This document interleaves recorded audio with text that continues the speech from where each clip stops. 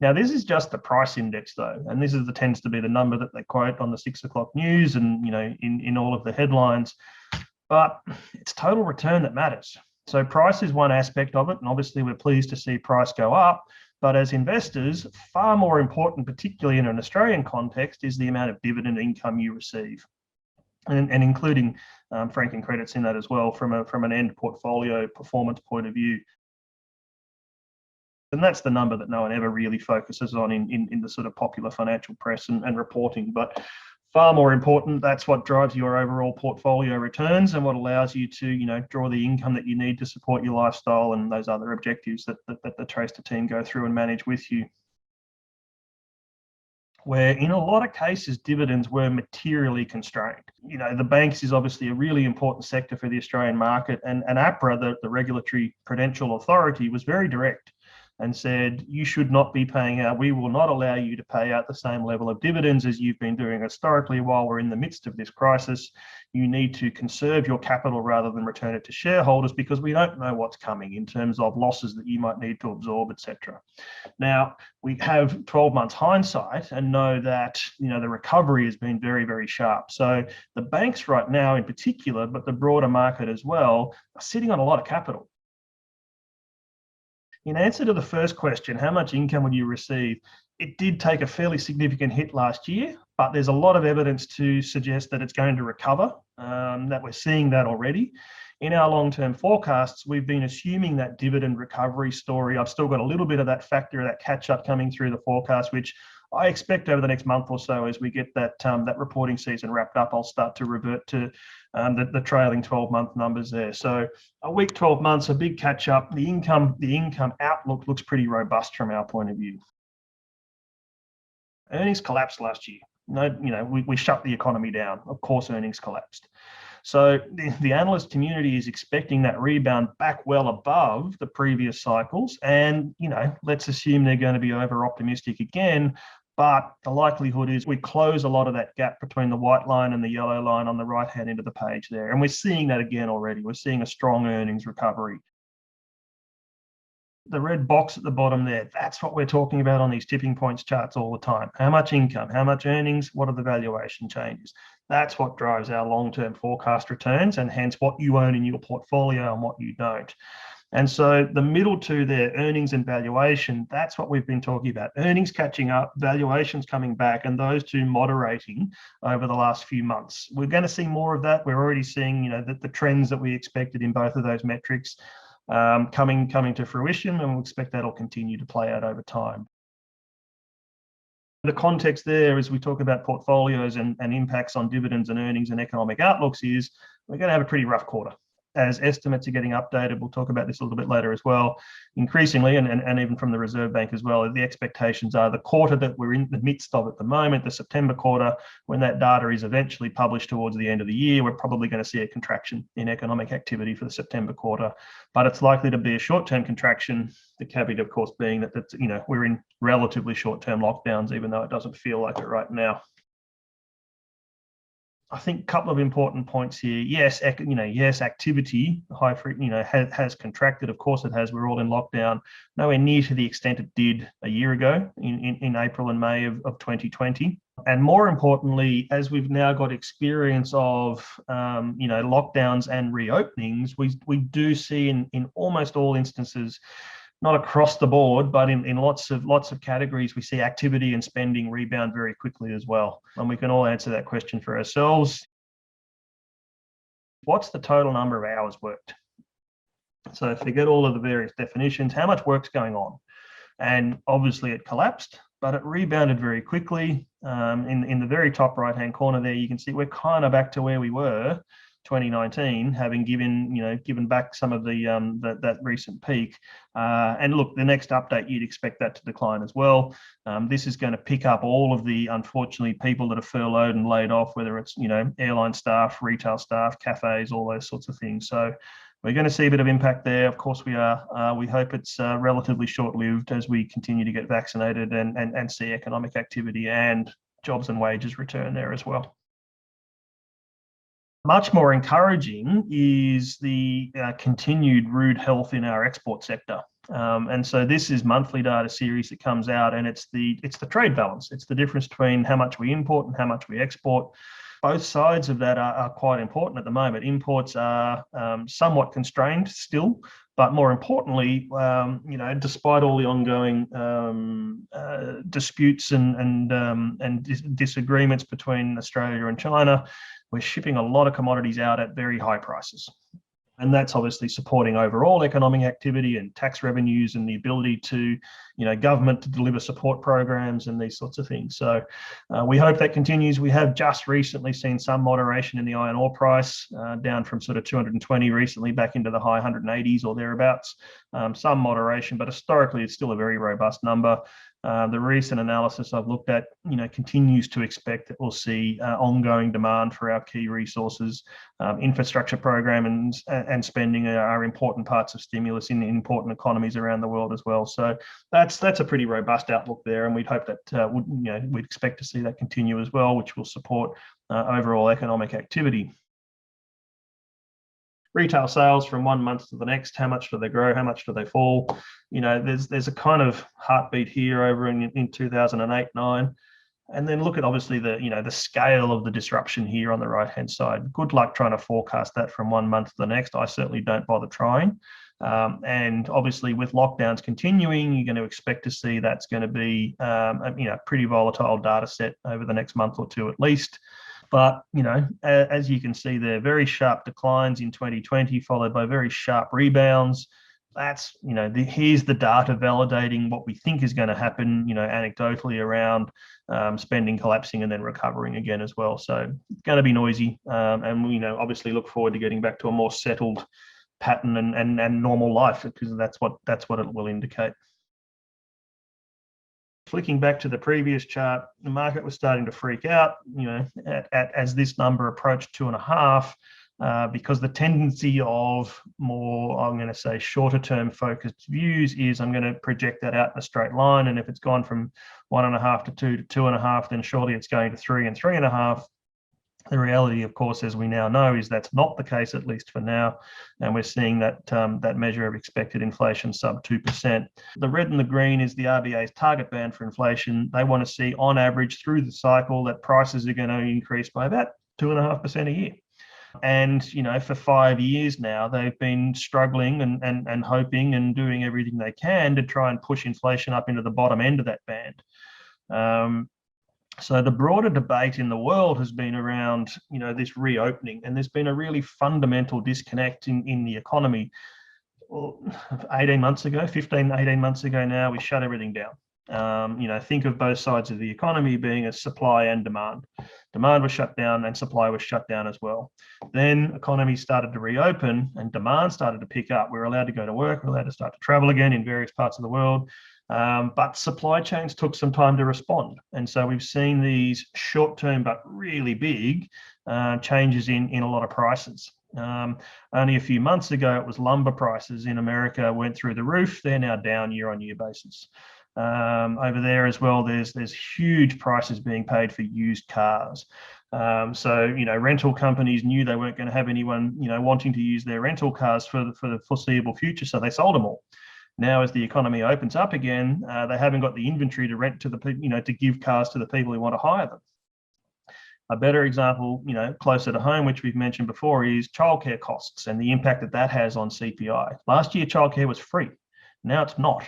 That's a huge impact as we adjust, and these base effects that we talk about from zero to normal looks like a lot and contributes a lot to CPI, but it's a transitory effect. And so the central banks in Australia, in America, in the UK, and all around the world they've won the battle basically between saying we're aware of these things. They are going to be short-term, big impacts in inflation outlooks, but we're looking through that because we know that they're transitory.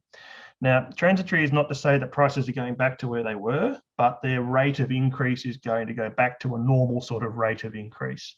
So this has been the huge debate, and we'll talk about it a little bit at the end when we talk about adding the government bond ETF. But it was framed as a battle between the market bond investors and the central banks. And right now, the central banks have won, and for good reason. Here's Philip Lowe from the monetary policy decision announced on Tuesday of this week. confirming that the economic recovery has been stronger than they expected through March and April and the bottom of the cycle last year. Recent outbreaks of the virus are interrupting the recovery. GDP is expected to decline in the September quarter, of which we're in the midst now. But again, the experience to date has been that when the virus outbreaks are contained, the economy bounces back quickly. There's a lot less subtlety in interpreting Reserve Bank statements around the world. There used to be this whole art and nuance and they've dropped a word here, there's an additional word there. They're very, very direct and very clear. We're not moving on interest rates until probably 2024. That straight line extrapolation, that expectation that these trends are going to continue, we saw certainly through February and March of this year. And almost on a dime, that's turned around. So bond yields at close to 2% are now 1.1%. Keep those numbers in mind. We'll talk about what the experience has been of adding that Australian government bond ETF, but really significant changes here in the last 12 months or so that have important implications, not just for the defensive assets in your portfolio, but how we price and value the riskier assets in your portfolio as well. What we've been doing since April, around the time we last spoke to you, is moving from an overweight position to a neutral position. So back at the start of the year, when the markets were much lower, we had higher expected returns. As those markets have rallied, our forecast numbers have dropped, and it's kind of an ideal scenario for us. I want to sort of touch wood and not jinx that for the time being, but having a decent overweight position leading into this kind of market rally, and then slowly but surely just taking a little bit off the table each month as markets continue to set all-time highs. That's a sweet spot for us, and we will hopefully be able to continue to do that. To remind you, that context has been back in April, our number 3 of our 5 investment programs. The middle one was compared to a neutral allocation in Aussie equities at 20%, was sitting on 28. And we're a little bit over halfway now, making our way from 28 back to 20. So we're taking money off the table as the markets continue to rise, and we're accumulating defensive assets as the market continues to extend. And that's something we're comfortable continuing to do. Most recently, the last couple of tranches we've been doing is selling a couple of the ETFs which own medium and smaller sized companies. Their performance has been better, therefore our return expectations are lower compared to the top end of the market where the mining companies are doing particularly well. And also we continue to like the outlook for the financial sector with the dividend restoration story there as well. Lots of capital being returned, buybacks being announced by all the big banks, that sort of thing. So we're going to continue to likely own those two, the ASX 50 ETF, the financials ETF, and continue to reduce the ETFs that own medium and smaller size companies. Across in the next column, the question comes up again and again, and understandably so. I've got a negative expected return out of the US on average per annum for the next 10 years. And so it really helps again to think about it in terms of those elements of our forecast. Their earnings are at peak cycle. They've been up there for a long time. To my mind, they're still defying gravity. And there is a debate there around, is it different this time because the big tech stocks are, fundamentally different companies that have continued to grow their earnings forever at extraordinary rates? I'm skeptical on that. And, their valuation multiples are pretty extended. Their prices are high at the moment. So even if they stay flat from where they are, that's not going to contribute. If they do stay flat from where they are today, that's not going to contribute further returns. You would need to see those valuation multiples continue to expand, their prices to continue to get richer, to continue to drive further returns. And again, that's something we're skeptical about. I think there's quite a lot of risk there, and we're happy to sit on the sidelines for that one. The bottom of that column there, obviously we've got better expected returns out of UK and Japan. Still happy to hold those. Look through the coronavirus issues around Japan, for instance, and 6s and 7s are pretty good numbers in the current market context there. We're happy to continue to hold those. Across on the third column is the emerging markets. For us, that's been the Asia Pacific region. We haven't delved into any of the sort of Latin America, Eastern Europe areas where there's been more problems, but there's certainly been some problems in Asia Pac recently. We have seen that market, come under some pressure. There's been some somewhat surprising regulatory responses from the Chinese authorities. They tend to be pretty well diversified out of the exposure here, not entirely. There's also been some really significant issues around the semiconductor industry, some of those supply chain disruptions that I was talking about before. But Taiwan, which is a significant part of our Asia Pac exposure there, has done really, really well over the last couple of years. So our stance had been that we were happily reducing that on lower expectations. The last couple of meetings, we've just taken a pause there. The prices have come off a bit. The forecasts have therefore improved a bit. It's a watch and wait scenario there as well.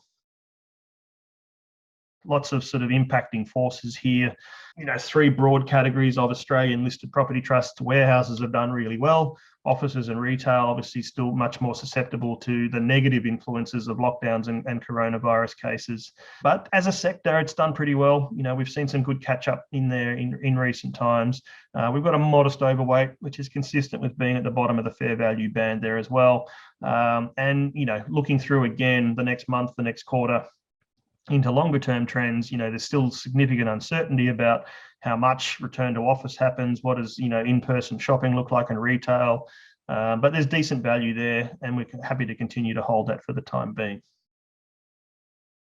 Australian government bond ETF that we added in your portfolio in late Feb, early March. And so the two lines here, you can see a clear inverse relationship. The top one is the bond ETF, the price of the bond ETF, and the bottom one is the bond yield. So the 10-year government bonds, which we've looked at a couple of times before. So quickly, the reason these two move opposite to each other is if you had a bond that you bought a year ago that was paying 1%, and today bonds are paying 2%, then I'm going to go and buy the new one. And so if you want to sell me your bond that's paying 1%, you better discount the price. And that's what we saw happen in the first few months of this year.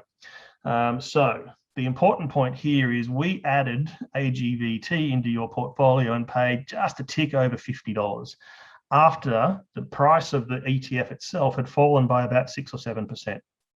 And to be frank, I didn't expect this to be trading at $52 as I sit here today. I'm very pleased that it did. That's a 4% gain on nearly 2% income. That's certainly above the returns we expected to generate out of Australian government bonds. And that's because the yields have fallen. When we added this, just for context, it was around the time where just about every other expert was saying, do not buy duration, do not buy 10-year bonds in your portfolio. These yields are going to go up and up and up and up, and you're going to have losses and further losses. So the expectation was that $50 would become $49, $48. Literally the exact opposites happened. So that presents us with a bit of an interesting question at the moment. I've got unexpected gains here. But the important piece is the move we made back in early March was only half the move that we intended to do full time, over the full journey. So we've got money sitting in two ETFs called FLOT and Coupon, which are floating rate note ETFs, and they don't have this relationship with bond yields. They don't pay much, but they provide a lot of defense. They didn't fall this 6 or 7% like AGVT did.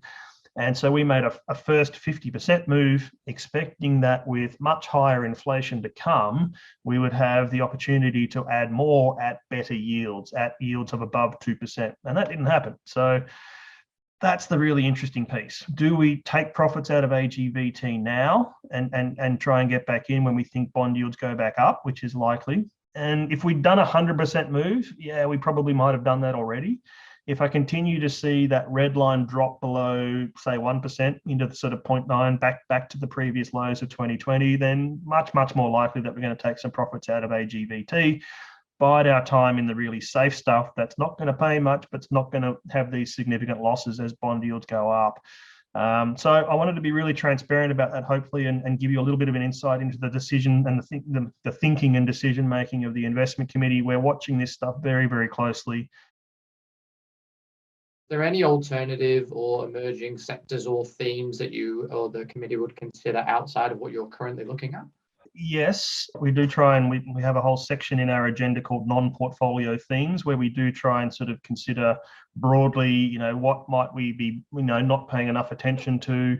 It's also the value of having a diverse membership of the investment committee as well. One of my colleagues has done quite a bit of work around private credit, infrastructure. Obviously, ESG, environmental, social, and governance has been a popular theme as well. So, look, we try and pay a lot of attention to that. Thematic ETFs more generally have been pretty popular, and the skeptic in me worries about that a little bit. So thematic ETFs, which target quite narrowly focused and sometimes esoteric sections of the market. There's a wonderful story around things like battery technology, cybersecurity, bio, all of these sorts of areas. What you do, and the beauty of ETFs is you can look under the bonnet, you can see how an index is put together, you can see what the current constituents are, you can get a reasonable handle on what that's likely to look like going forward. And we have a lot of these conversations with yourself and other advisors that we work with, where clients particularly have an individual preference around wanting to see some exposure to one of those themes in their portfolio. But from a broad model portfolio point of view, there's quite a high hurdle to get something like that into the portfolio. We've got to have enough confidence in our forecasting and decision making to understand it, and the risks, not just the potential returns. And so, to be frank, one of the ongoing challenges of communicating with advisors and investors is reminding and convincing that the simple building blocks, the broadly diversified, long track record, sectors, countries, regions that we pick ETFs to represent, gets the job done. Quantitative easing is something that has been quite well adapted, I would say, by the RBA. Yep. How does that then leave the national debt position? And also, as a bit of a flow into that, how does household debt look at the moment, particularly with our current lockdowns again? So quickly on the last point, household debt is actually improving a bit. There is a really nice series on household finances. Household debt's high in Australia, no doubt about it, but it is lower than it was. So part of that is increased savings rates and people that have been paying down their debts, including their housing debt. The more important point for us is, and that's a key part of a series that we monitor as the investment committee, we call our banking fragility indicators. More important to us than the actual raw level of debt, and again, I'll limit my comments for the moment to the household sector, is the serviceability of that debt. And so because interest rates are nothing, I know they're not nothing, but they're effectively, at the front end. Tuesday, the RBA announced, we're going to be at 0.1% for the cash rate through 2024. So mortgage rates are priced off that. The Australian housing market in particular has a number of key criteria which separates it from other overseas markets, which I think make a lot of the comparisons and the fear-mongering around the level of household debt in Australia inappropriate. The first of those, which I'm sure we're all familiar with, is that almost all of our mortgage debt is variable rate. And so when the RBA cut rates, they got an immediate stimulative and supportive effect to most of the mortgage market, whereas, say, in America, that's not the case. A lot of the bulk of their mortgage debt is priced off their 30-year bonds and is at fixed rates. And so over there, when the central bank cuts interest rates, they don't get the transmission mechanism and the stimulative and supportive effect. The other thing I think which is less well known is that a lot of the investment property debt is held in the household sector rather than in the institutional sector, which is the case in a lot of overseas markets as well. So adding up total investor debt and owner-occupier debt is a big number. And if you compare that to debt to GDP, it looks higher compared to overseas countries. If you compare that debt to the asset base that supports it, it's a very different picture. But then more importantly, again, as I mentioned, if you take into account the fact about how low interest rates are, then the proportion of income that's going to pay both owner-occupier and investor mortgage debt is historically still very, very low. That's even more so the case in the business sector. The same impact, of course, in terms of serviceability and low interest rates, but their debt loads are actually quite low. And so as a proportion of profits, don't hold me to the actual numbers. 20 odd years ago, businesses used to spend 25-30% of their profits servicing debt. Now it's about 5%. To the central bank question and the issue of government debt, it's kind of a similar story in that interest rates are so low. So yes, it's blown out, but it's certainly very, very manageable. And I think the important counterfactual there is to say, what if the government hadn't, increased their balance sheet? What if the central bank hadn't increased their balance sheet to support activity, household, business sectors? Then we're in a whole world of pain. So to me, it's a really simple one. Are there going to be longer, are we going to need to deal with that debt level over the longer term? Absolutely. Can we? Sure, absolutely.